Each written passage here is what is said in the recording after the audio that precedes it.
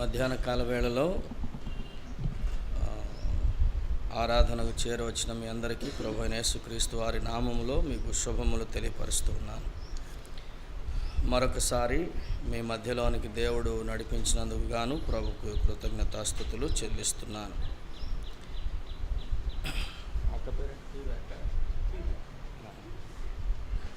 Phoebe గారి యొక్క జీవితంలో, వారి కుటుంబ జీవితంలో దేవుడు చేసినటువంటి మేలులు, ఉపకారములకు మరి కృతజ్ఞతాస్తుతులు చెల్లించవలనటువంటి ఉద్దేశము కలిగి ఈ కూడికను ఏర్పాటు చేస్తూ వచ్చారు కనుక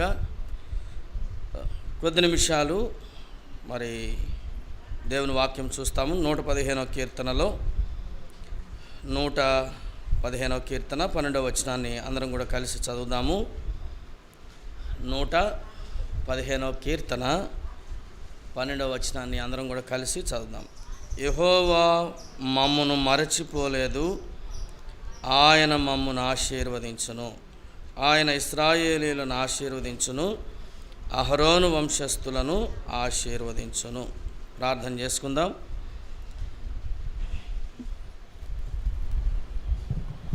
పరిశుద్ధుడా, ప్రేమగల తండ్రి, మీ వందనాలు.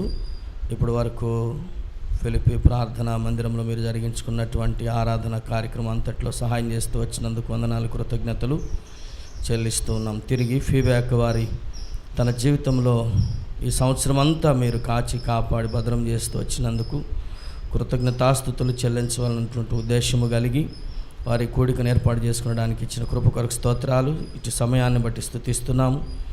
ఈ సమయాన్ని దీవెనకరముగా చేయమని, నిలబడుచున్న దాసుని నన్ను కూడా మీరే మీ ఆత్మచేత అభిషేకించి వాడుకొనమని, బిడ్డలకు కూడా ఓర్పు సహనం అనుగ్రహించమని యేసు ప్రభు వారి నామములో ప్రార్థించి వేడుకుంటున్నాము తండ్రి, ఆమేన్.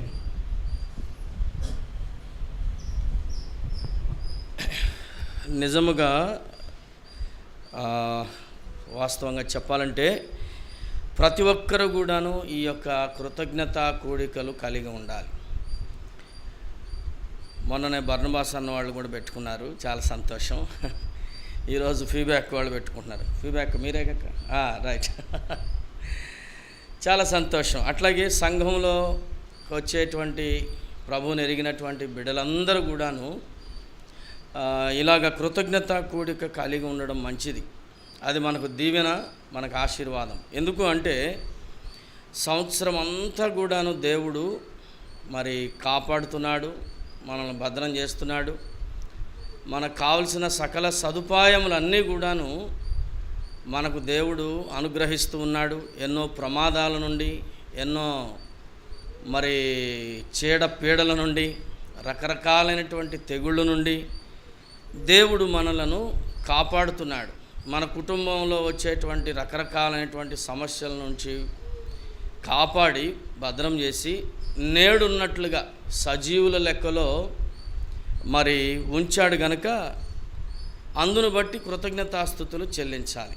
కాబట్టి ఇక్కడ రాయబడిన మాట అదే అన్నమాట. 12వ వచనంలో యెహోవా మమ్మును మరచిపోలేదు. ఇప్పుడు ఫీబ్యాక్ కూడా చెబుతూ ఉన్నారు.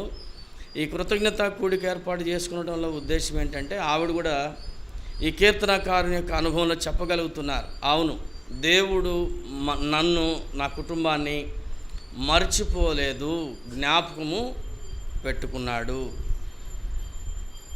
కానీ కీర్తనకారుడు అంటున్నాడు, నరపుత్రుని జ్ఞాపకము చేసుకునటానికి అక్కడ రాయబడింది చూడండి. 8వ కీర్తనలో 4వ వచనంలో, నీవు మనుష్యుని జ్ఞాపకము చేసుకొనుటకు వాడు ఏపాటివాడు. మనుష్యుని జ్ఞాపకం చేసుకునడానికి వాడు ఏపాటివాడు. నిజమే కదా. భూమికి సూర్యునికి వ్యాసము లేకపోతే అంటే వెడల్పులో వైశాల్యము గనక మనం చూస్తే భూమినంట సూర్యునిలో కొన్ని లక్షల భూగోళాలు పెట్టవచ్చట. ఎన్నంటే దాదాపుగా 13 లక్షల భూగోళాలు పెట్టవచ్చట. అర్థమైందండి. ఇప్పుడు సూర్యుడి నుండి చూస్తే, ఒకవేళ మనం సూర్యుని మీద ఉన్నామనుకోండి, అక్కడ నుండి చూస్తే భూమి కనబడదు, భూమి మీద ఉన్నటువంటి మన భారతదేశం కనబడదు. భూమి కనపడకపోతే భారతదేశం ఎట్లా కనపడుతుంది? భారతదేశంలో ఉన్నటువంటి ఆంధ్రప్రదేశ్ అసలే కనపడదు. ఆంధ్రప్రదేశ్లో గుంటూరు జిల్లాలో తాడేపల్లి మహానాడులో ఫిలిప్పి ప్రార్థనా మందిరంలో మీరు నేను అందరం ఉన్నాం. కనపడతామా? ఎందుకు చెప్తున్నాను అంటే మనిషి చూడండి, యెషయా గ్రంథంలో ఒక మాట ఉంది. యెషయా గ్రంథంలో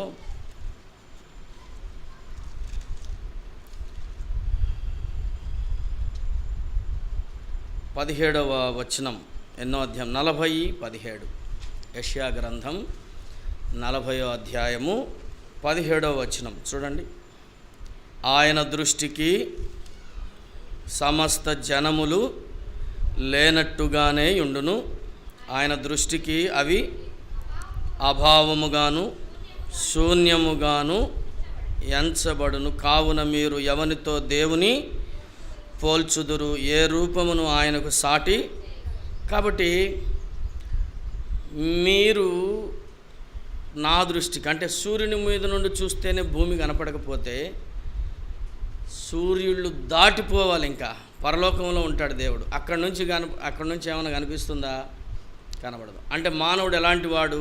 మనం అనుకుంటాము 6 మూరల జానుడు, లేకపోతే 6 మూరలు, లేకపోతే 6 అడుగులు, కొంచెం 6 అడుగులు ఉండగానే 6 అడుగులు అందగాడు, లేకపోతే చాలా మనం పొగిడేస్తూ ఉంటాం కదా. కానీ మనిషి యొక్క జీవితంలో మనిషిని దేవుడు ఒకవేళ చూస్తే గనక శూన్యముగాను అభావముగాను ఉన్నట్లుగా ఉంది. కాబట్టి మనిషిని అయినప్పటికీ కూడాను దేవుడు మనిషిని ప్రేమించాడు. ఇదే అన్నమాట. అంటే ఇంత నెగ్లిజిబుల్ అన్నట్టు. నెగ్లిజిబుల్ అంటే అసలు ఎంచడానికి కూడాను అవకాశం లేదు.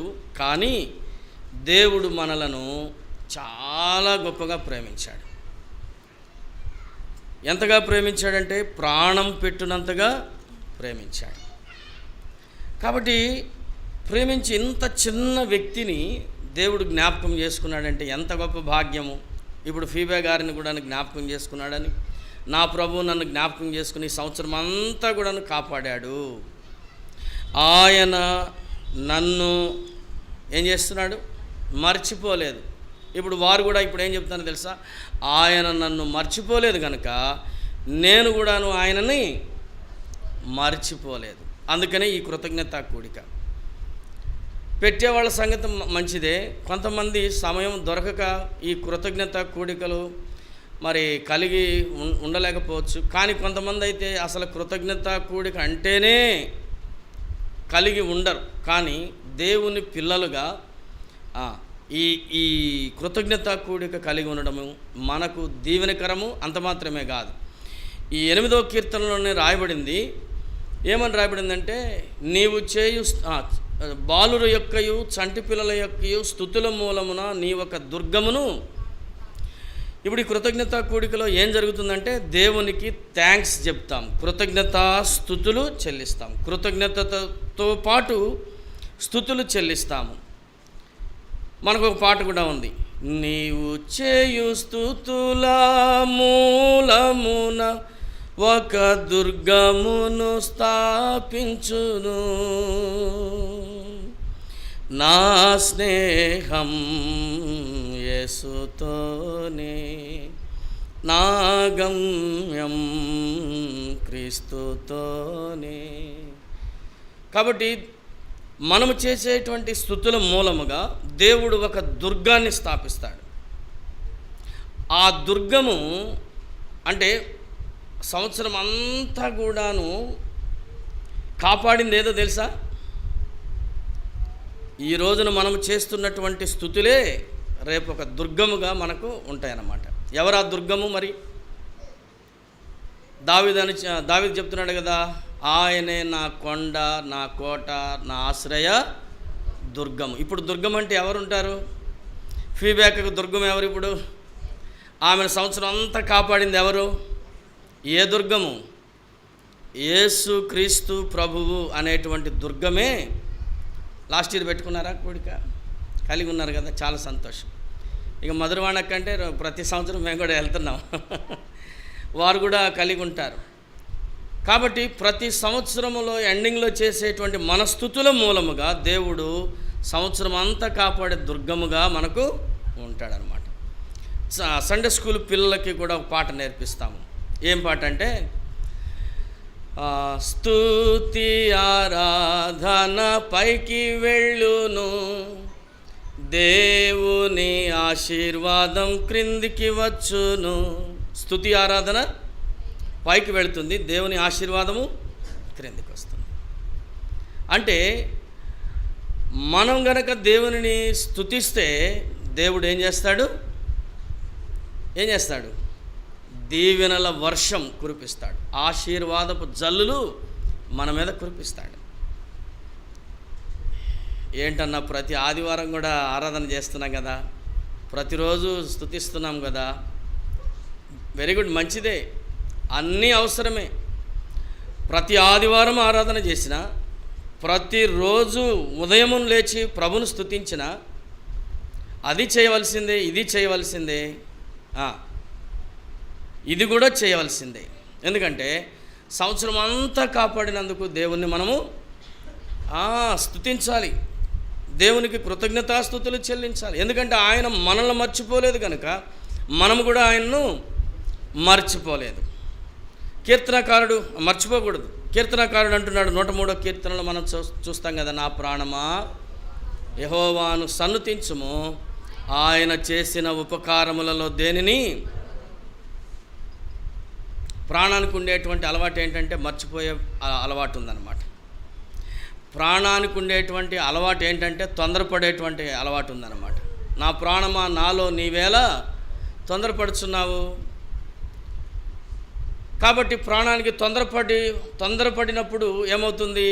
ఆ తొందరపాటులో ప్రభువును స్తుతించడం మర్చిపోతుందన్నమాట. ప్రాణమునకు ఆయాసం వస్తుంది, ఆ ఆయాసములో ప్రభువును మర్చిపోయే అవకాశము ఉందన్నమాట. అందుకని దావీదు ఏం చేస్తున్నాడంటే ఈ విషయాలన్నీ కూడాను, ప్రాణానికి ఉన్నటువంటి బలహీనతలన్నీ కూడా ఎరిగి, నా ప్రాణమా ఆయన చేసిన ఉపకారములలో దేనిని మర్చిపోవద్దు. నీకు మర్చిపోయే మతిమరుపు ఉంది ప్రాణమా నీకు. ఒక ఆయన అంతే కదా, కనీసం కృతజ్ఞత కూడా లేనివాడుగా ఉన్నాడు. ఎవరైనా? ధనవంతుడని ఒక వ్యక్తి ఉన్నాడు. పంట పండింది, విస్తారమైన పంట పండింది. ఇప్పుడు విస్తారమైన పంట పండింది కనుక ఇప్పుడు పాత కొట్లన్నీ తీసివేసి కొత్త ధాన్యపు కొట్లను, గిడ్డంగులను చేసుకుందామని చెప్పి అన్నిటిని కూడా తయారు చేసుకుందాము. నా ప్రాణమా, ఆయన కూడా ప్రాణంతోనే చెప్పుకుంటున్నాడు, నా ప్రాణమా తినుము, త్రాగుము, సంతోషించుము. ఎవరిలో సంతోషిస్తున్నాడు? ప్రభునందు సంతోషిస్తున్నాడా? మనం ఎవరిని బట్టి సంతోషించాలి? ఈయనేమంటున్నాడు? నా ప్రాణమా యెహోవాను సన్నుతించుము. ఆయన ఏమంటున్నాడు? నా ప్రాణమా తినుము, త్రాగుము, సంతోషించుము, సుఖించుము అన్నంతగా చేస్తున్నాడు కదా. దేవుని నామము, దేవుని యొక్క పేరు కానీ ఎక్కడైనా వాడాడా? లూకా సువార్తలో కనిపిస్తుంది కదా, దేవుని నామం. దావీదైతే నా ప్రాణమా యెహోవాను సన్నుతించుము, నా అంతరంగముననున్న సమస్తమా ఆయన చేసిన ఉపకారములలో దేనిని మర్చిపోవద్దు అని అంటున్నాడు కదా. కానీ ఈ ధనవంతుడు ఏమంటున్నాడు తెలుసా? నా ప్రాణమా తినుము, త్రాగుము, సంతోషపడమంటున్నాడు. కానీ ఎవరిలో సంతోషము అంటే సమస్తము ఇచ్చింది దేవుడే. వర్షం ఇచ్చింది దేవుడే. వర్షము రావాలంటే ఋతువులు ఏర్పడాలి, ఋతువులు ఇచ్చింది దేవుడే. ఆ ఋతువులు ఏర్పడాలి అంటే కనుక సూర్యుడు, చంద్రుడు, నక్షత్రాలు అవసరం. ఆ వాటిని ఇచ్చింది దేవుడే. కాబట్టి వాటన్నిటినీ కూడా కలగజేసింది దేవుడే. ఋతువులు ఇచ్చింది దేవుడే, మేఘాలు ఇచ్చింది దేవుడే, వర్షం ఇచ్చింది దేవుడే, విత్తనం ఇచ్చింది దేవుడే, భూమి ఇచ్చింది దేవుడే, ఆయన ప్రాణం ఇచ్చింది కూడా దేవుడే. సమస్తము కూడాను. ఒక పాట ఉంది, నాదంటూ లోకాన, డోల కొట్టేవాళ్ళు ఎవరున్నారా?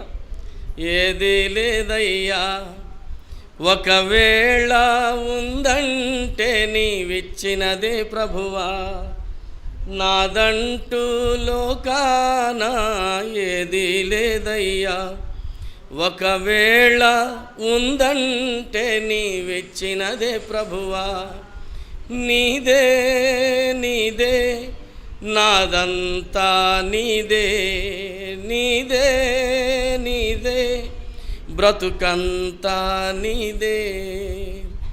నాకు ఉన్న సామర్థ్యం, నాకు ఉన్న సౌందర్యం, త్రాగుచున్న ఈ జలం, నిలచి ఉన్న ఈ స్థలం, నిలువ నీడ ఈ స్థలం, బ్రతుకుచున్న ప్రతి క్షణం కేవలం నీదేనయ్యా, కేవలం నీదేనయ్యా.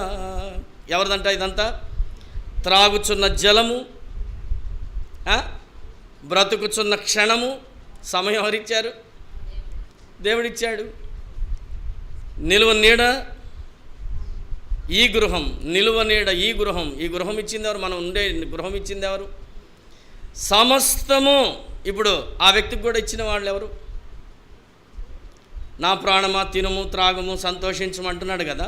ప్రభునందు సంతోషిస్తున్నాడా లేకపోతే వేరే రకంగా సంతోషిస్తున్నాడంటే, ఇప్పుడు ఆ ప్రాణముతో చెప్పుకుంటున్నటువంటి విషయం ఏంటంటే, ప్రభునందు సంతోషం ఆయనకు లేదు, ప్రభు పేరు కూడా ఎత్తడానికి ఆయన ఇష్టపడటం లేదు. అంటే ఇవన్నీ ఇచ్చింది, ఇవన్నీ సమస్తమును వాడుకుంటూనే ఈ సమస్తము కూడాను దేవుడిచ్చాడని ఎరుగక ఈ రోజున కృతజ్ఞతలు చెల్లించలేనివాడుగా, అంటే కృతజ్ఞతాహీనుడుగా ఆయన చరిత్రలో లిఖితమయ్యాడు. కాబట్టి ప్రియమైన దేవుని పిల్లలారా, మనం అలాగ ఉండకూడదు. కానీ సంవత్సరానికి ఒక్కసారి బయట మొత్తం లైటింగ్ పెట్టారు. నిన్న ఏలూరు సువార్తకి వెళ్ళి వస్తూ ఉంటాడు, రోడ్డు పొడుగుతున్న ఫుల్ స్టార్స్ లైటింగ్. అక్కడేం ఉంది, మనం ఏరియాలో అన్నింటిలో కూడాను ఫుల్ స్టార్స్ లైటింగ్.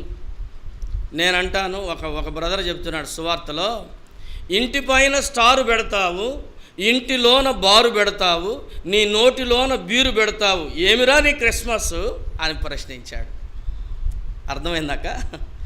ఇంటి పైన స్టార్ పెడతావు, ఇంటిలోన బారు పెడతావు, నీ నోటిలోన బీరు పెడతావు, ఏమిరా నీ క్రిస్మస్? అదేనా క్రిస్మస్? కాదు కదా.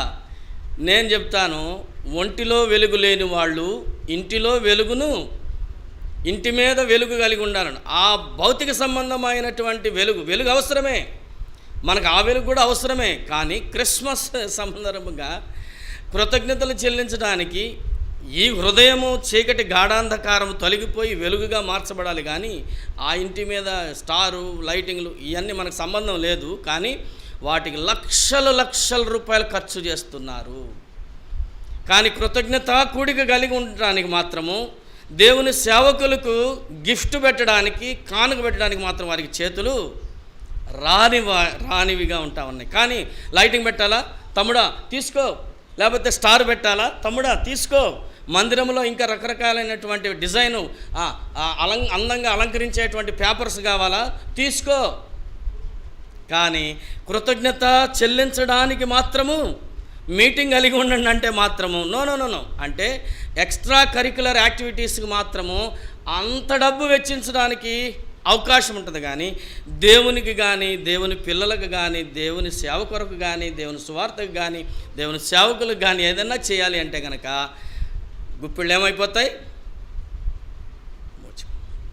ఎందుకు చెప్తున్నాను? కారణం ఏంటంటే ఈ రోజులో అలాంటి వారు కూడా లేకపోలేదు. కృతజ్ఞతాహీనులు అంటారు వారిని.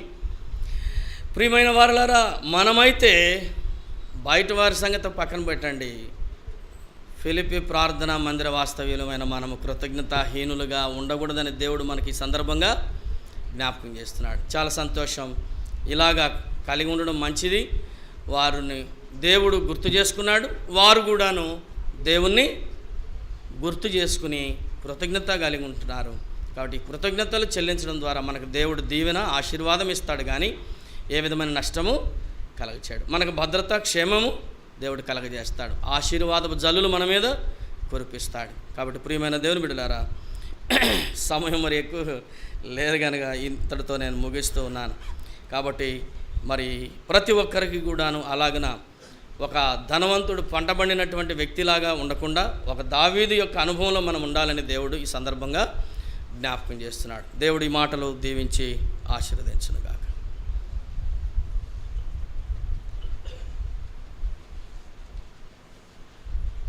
దయచేసి గమనించండి. మరి ఈ వర్తమానం విన్న తర్వాత ఇది కృతజ్ఞత చెల్లించటం అనేది ఎంత అవసరమో మనకు జ్ఞాపకం చేసినారు. కాబట్టి ఇప్పుడు పీపే ప్రభువుని ఆరాధిస్తుంది. దేవుడు ఆమెకు చేసిన మేళ్లను బట్టి అయ్యా నాకు ఇంత సహాయం చేసావు, ఈ సంవత్సరం అంతా కూడా ఇంత సహాయపడినావు, నీకెన్నో వందనాలని ప్రభువుని ఆరాధిస్తుంది. తర్వాత ప్రార్థన చేసుకుని కూడిక ముగిస్తాము. ఆరాధించు.